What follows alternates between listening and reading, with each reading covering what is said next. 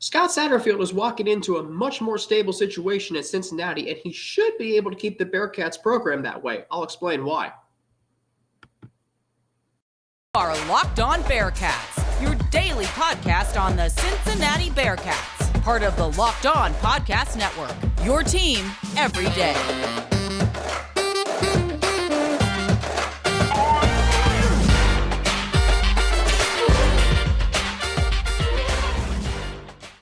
I'm fired up to be with you today. Happy St. Patrick's Day. Welcome to this edition of Locked On Bearcats, free and available everywhere that you get your podcasts, including right here on YouTube. So don't forget to subscribe to our Locked On Bearcats YouTube channel and follow it to get an alert every time we drop a new episode. Today's episode of Locked On Bearcats is brought to you by FanDuel Sportsbook, the official sportsbook of Locked On. Make every moment more with FanDuel. Visit FanDuel.com/LockedOn today to get started. So as I mentioned, and we're going a little bit shorter today, a lot going on here in Columbus with work, and I'm covering the NCAA tournament today for Locked On Bearcats, so very excited about that. I ran into the CBS people from Vermont who plays today at 2:45 against Marquette. So looking forward to meeting people and networking and taking it all in. But I asked Russ this yesterday on our show, if you listen, and about Scott Satterfield and the situation he's walking into. And I've been thinking about this week.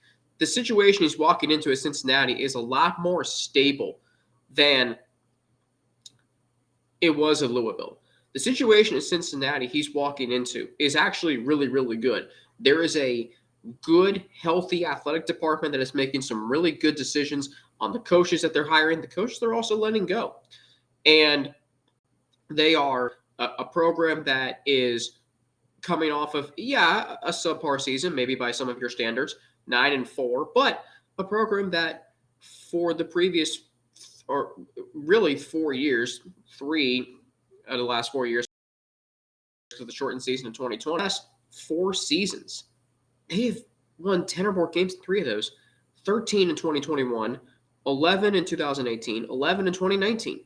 This is a program that has won a lot of games in the last 4 to 5 years, and I just think about how Satterfield needs stability. It wasn't his fault that Louisville was only 25-24. How can you function down there? And I don't know exactly all that's gone on with Louisville's athletic department. I've talked to fans. I've talked to those who covered the team, including Dalton Pence, the host of Locked On Louisville, who's been on this show. But there are just some things that are out of your control. Sometimes your athletic department is not healthy. It's not stable. And I was having this conversation with our digital manager at work. And, we were talking about the last 30 years of the Bearcats. And when we talk about the last 30 years, a lot of that is focused on basketball. But I think about those who I know, those who I work with, those who I'm on the beat with. And this guy at work was a writer for the News Record. And this guy was in Cincinnati during the time where the athletic department was on unsteady ground. They went through multiple athletic directors. They went through multiple head coaches in college basketball. Football program was good, which when you think about what they accomplished from 06 through 09 is a feat in of itself. But Cincinnati has been through where their athletic department was not stable, really since 2014. In the middle of the 2010s, was finally when stability came to the athletic department, where if the Bearcats were going to get to where they wanted to go, which was, and it ultimately they got it, it was a Power 5 conference. But, it wanted to get to a Power 5 conference. They did. College football playoff. They did. And you know why that is? Because the athletic department is stable. John Cunningham has done a great job in his almost 3 years on the job. He may have made you question things early on, and I was one of them. But when Luke Fickell was here, they extended him twice. Wes Miller has been extended. Scott Satterfield was the right hire. And have you noticed coaching searches aren't public? There's only speculation. Give John Cunningham credit for that. I give him credit for hiring Wes Miller, hiring Scott Satterfield, and I say that even with Scott Satterfield not having coached a game yet. But I also understand that he's also made decisions to move on, whether that be with Michelle Clark-Heard. I think that was the right decision, even though I'm sad for her, to move on from John Brannon. That was an easy decision. I knew that. I said that decision should have been made before the season even ended. And many people were like, are you crazy? He's only 2 years in. I saw what I saw. And Jason Williams of the of the Enquirer, sports columnist, he and I were talking last week. Bearcats basketball program, he understands how important that is to the university. But football-wise, Satterfield's going to do well because of the investments the athletic department has made into the football program. And college football, say what you will about college basketball being this school's signature sport. It still might be to some of you. But even at a school like Kentucky, football makes more revenue. So I've been told. College football drives college athletics. If you don't have college football, if you're not investing in the college football, you can have a team who's not very good. The Bearcats were that way for a while. In the last 30 years, there have been highs, there have been lows for both football and men's basketball. But the athletic department is more stable now than it's ever been in the modern day era of college athletics. And there are athletic departments who will struggle at the Power 5 level, like Louisville. But there are also a lot of athletic departments that are on good, fertile ground. I think about UCF. I think about Central Florida and the success they've had in all sports, not just football. That's a consistent athletic program across the board. I think about, you can name me any other school. I think about, it's another school that's good in both. Tennessee, for instance, good program. I think about Clemson. I think about, all these schools who have good athletic departments. You notice how they're successful. There's no drama. There's no, we're 12-0 one year, but then 5-7 the next year. That's not who I think the Bearcats will be. Now, Russ said yesterday he thinks the range is anywhere between 4 to 7 wins next year. I believe that.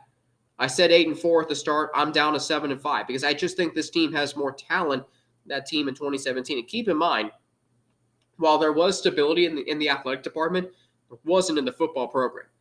When your athletic department and football program are both on stable ground, that's key to success. And I think that's why Scott Satterfield is going to do well here. You're going to see it's not him that Louisville only went 25-24.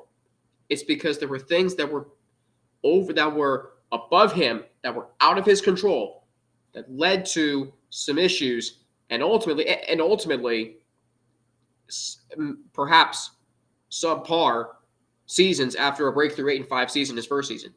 And as I explained yesterday, I'm going to touch on next week why it wasn't Satterfield's offense that lost Louisville games. But what did lose them games, I'm confident won't be an issue this year at Cincinnati. That's a topic for next week. When we return, I want to kind of play a little game. Bearcats free agency. NFL free agency in full frenzy right now. The Bengals making a huge splash with Orlando Brown Jr. So if you're the Bearcats, what would you want to see done, attacked in college free agency, which, yes, is the transfer portal? I'll get into that after I explain to you how this episode of Locked On Bearcats is brought to you by FanDuel Sportsbook. So the midway point of the NBA season, it's not the midway point of the NBA season. It's like the 80% mark almost. Anyway, it's here. It's now a perfect time to download FanDuel, America's #1 sportsbook, because new customers get no sweat first bet up to $1,000. That's bonus bets back. If your first bet doesn't win, just download the FanDuel Sportsbook app. It's safe, secure, and super easy to use. Then you can bet on everything from the money line to point scores and threes trading. Plus, FanDuel even lets you combine your bets for a chance at a bigger payout with a same-game parlay. So don't miss the chance to get your no-sweat first bet up to $1,000 in bonus bets when you go to FanDuel.com/lockdown. That's FanDuel.com/lockdown and learn more. Make every moment more with FanDuel, an official sports betting partner of the NBA. Well, thanks for making Locked On Bearcats your first listen every day. Make sure you check out our brand new podcast, Locked On College Basketball. Everything you need to know about college basketball in one place. Plus, hear from big-name experts, insiders, coaches, and players. Locked On College Basketball is available on YouTube and wherever you get your podcasts. As of earlier this week, Isaac Shade and Andy Patton, the co-hosts of that podcast, they have climbed the charts to the number 8 college basketball podcast in the country. So congratulations to them. They do a fantastic job, and I really wish for Isaac, North Carolina was in the NCAA tournament because his coverage last year was fantastic. He does a great job on Locked On Tar Heels, and he does a great job on Locked On Zags. Gonzaga, a 3 seed in the tournament, which the tournament has been unbelievable so far. At the time of this recording, I've got the Iowa-Auburn game on. Shout out to our channel manager, Zach Blackerby of Locked On Auburn. I'm sure he's in Birmingham covering the game for Locked On Auburn. So we've got a lot to get to. I'll save basketball for segment 3, but, I got to thinking, I was trying to, in the off season, man, trying to come up with content's not easy. But that's what makes the grind so rewarding. And then once we get to the season, especially being back here in Ohio, gotta love it. So, game here. Let's play a little game called Bearcats Free Agency. Obviously, NFL free agency is happening. The Bengals signing Orlando Brown Jr. Wednesday night at the stroke of midnight. Or at least it was that way for me because I woke up to the news at I think it was 12:08 maybe. So, if you're the Bearcats, and obviously free agency is essentially the transfer portal. But if you could have a wish list of free agents that you would want the Bearcats to have, that you would want the Bearcats to sign, what would be your top priority? Would it be offensive line? Would it be a wide receiver? Would it be a member of the secondary? Who would it be? Would it be a quarterback? Are you unhappy with the quarterback room right now? Maybe you are. I'm not overly happy with it, but I think you can get something out of it. I'm not saying that Emory Jones is going to be great. I'm not saying he's going to be like Desmond Ridder. I'm not saying Ben Bryant's going to be horrible. But I'm saying maybe you want better. Obviously, the offensive line is a major question mark. Would you like someone from the transfer portal who has a lot of experience? Or do you want to prioritize wide receiver? And the thing about it is you don't have a draft. That's where recruiting comes into play. But then you have to ask yourself, well, are freshmen that come in going to start right away? The answer is I don't know. I don't know if let's say you prioritize the offensive line.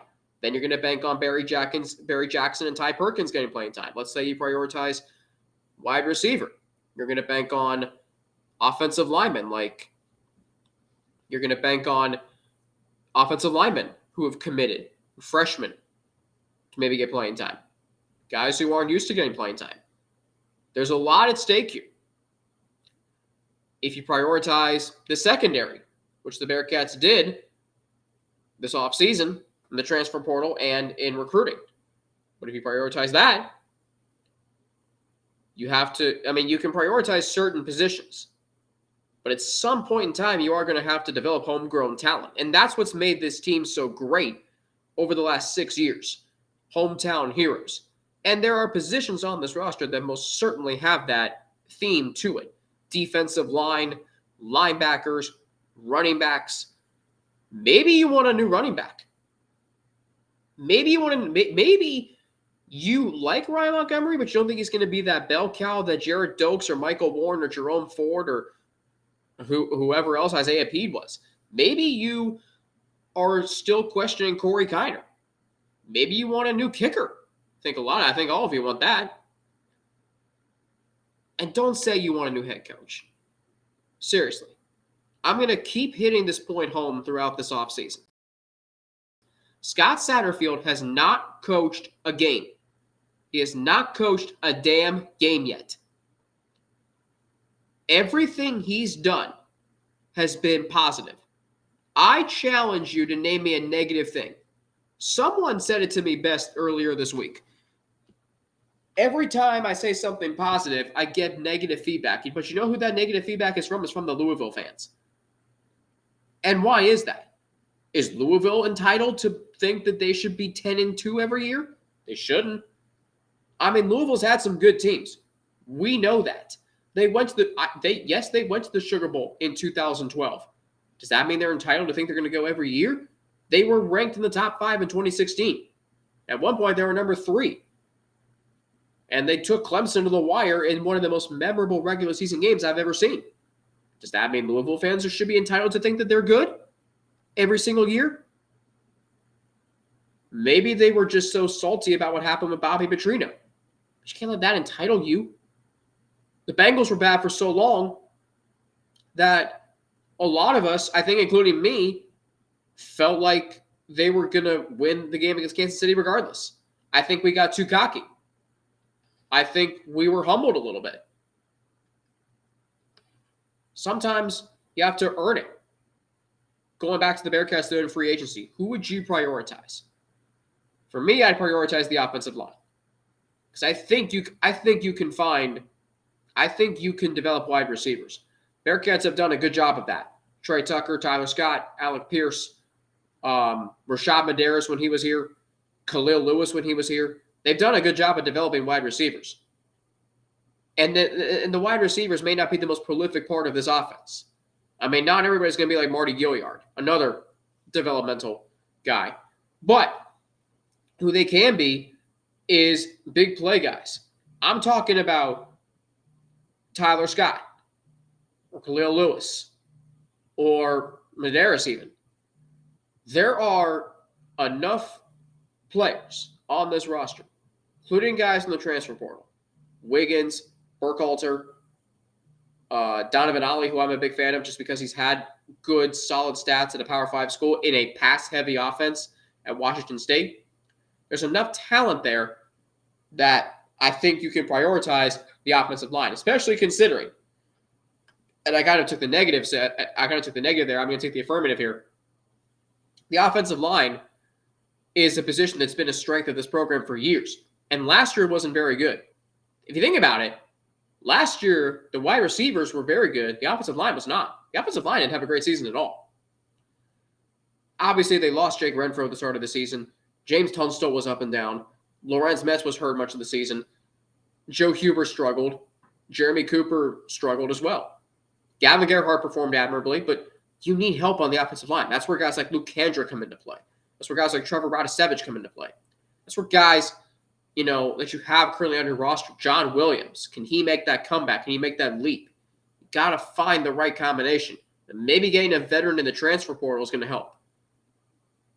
All right, coming up, I do want to talk about the Bearcats in the NIT. I was talking to someone about this recently, and Russ echoed this sentiment yesterday, and it all makes sense to me now. I'm going to explain to you why after I explain to you how this episode of Locked On Bearcats is brought to you by Built Bar. So, the Built March Madness bracket is here. We know you have a favorite bar or puff, and now's the time, and now's your time to make it count. Go to BuiltMarchMadness.com to vote for your favorites.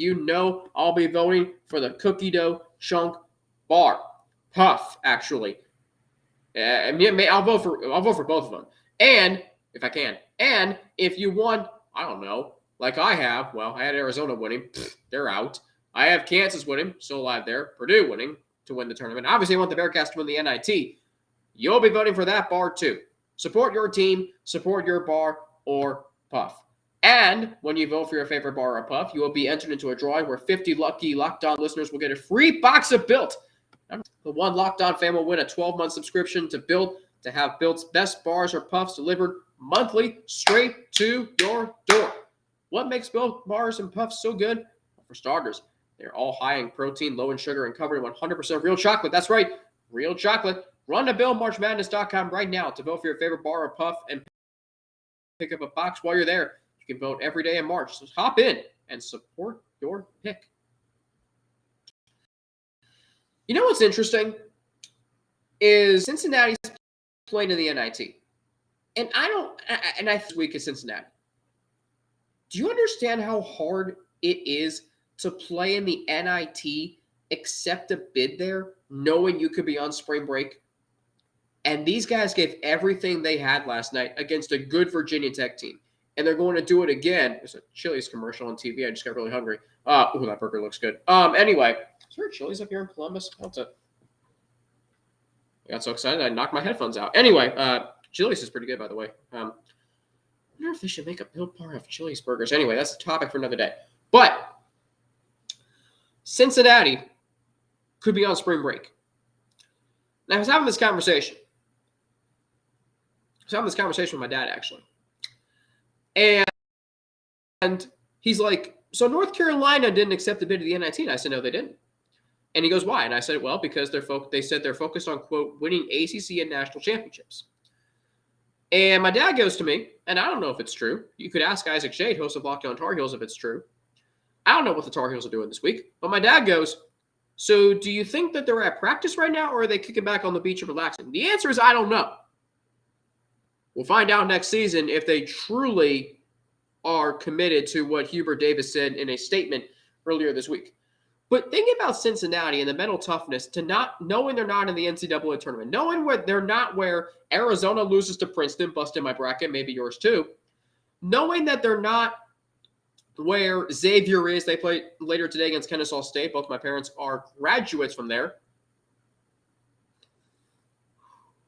And knowing that other teams like NKU is there. You're not a part of that. But you still have the desire to get better in playing in the NIT. And Wednesday night's effort confirmed that. Russ said it yesterday. These guys could be on spring break right now. They're playing in the NIT. They're still practicing. They're preparing for games. They got a great chance to go to the quarterfinals on Saturday tomorrow when they play Hofstra at 2 p.m.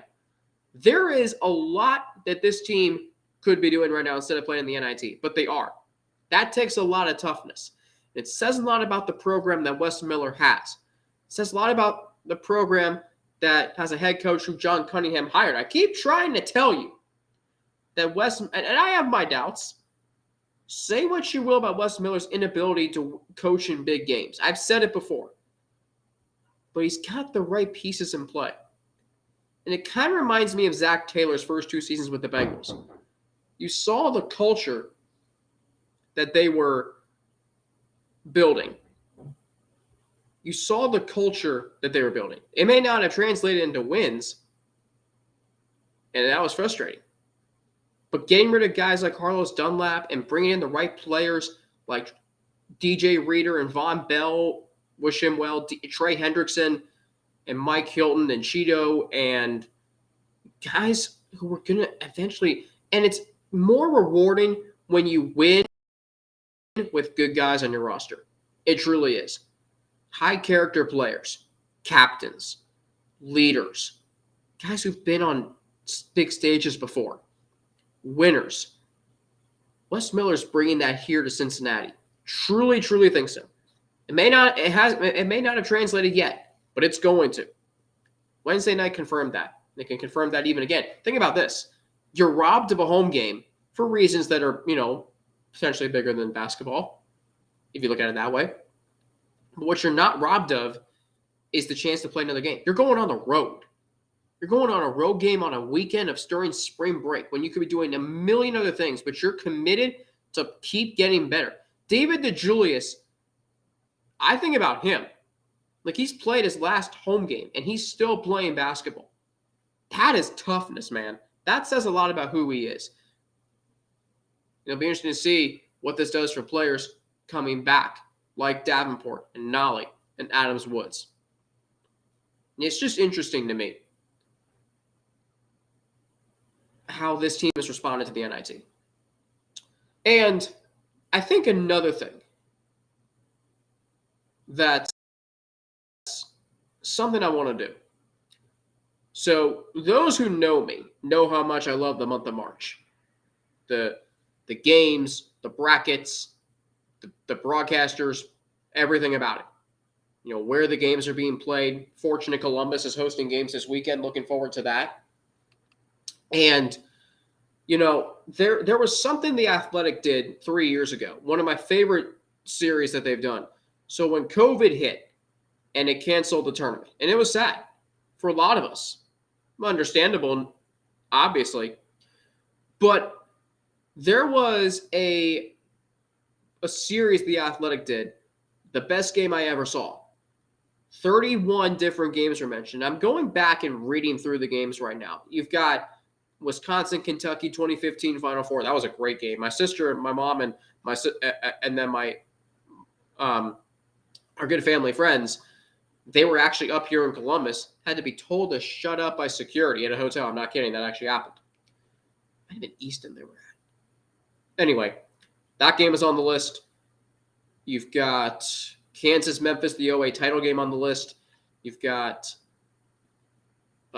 Duke, Kansas, 2018 Elite Eight. That was a great game. I remember watching the game in my freshman dorm.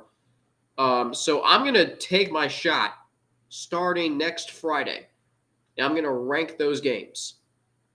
I should do it on Monday. No, I'll do it on Friday.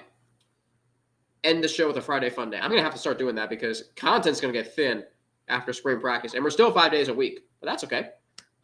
More time spent with you. By the way, up to 734 subscribers. Really happy about where this show is going. Really happy that you keep making Locked On Bearcats your first listen every day. How about for your second listen, you check out our Locked On College Basketball podcast with experts Isaac Shade and Andy Patton.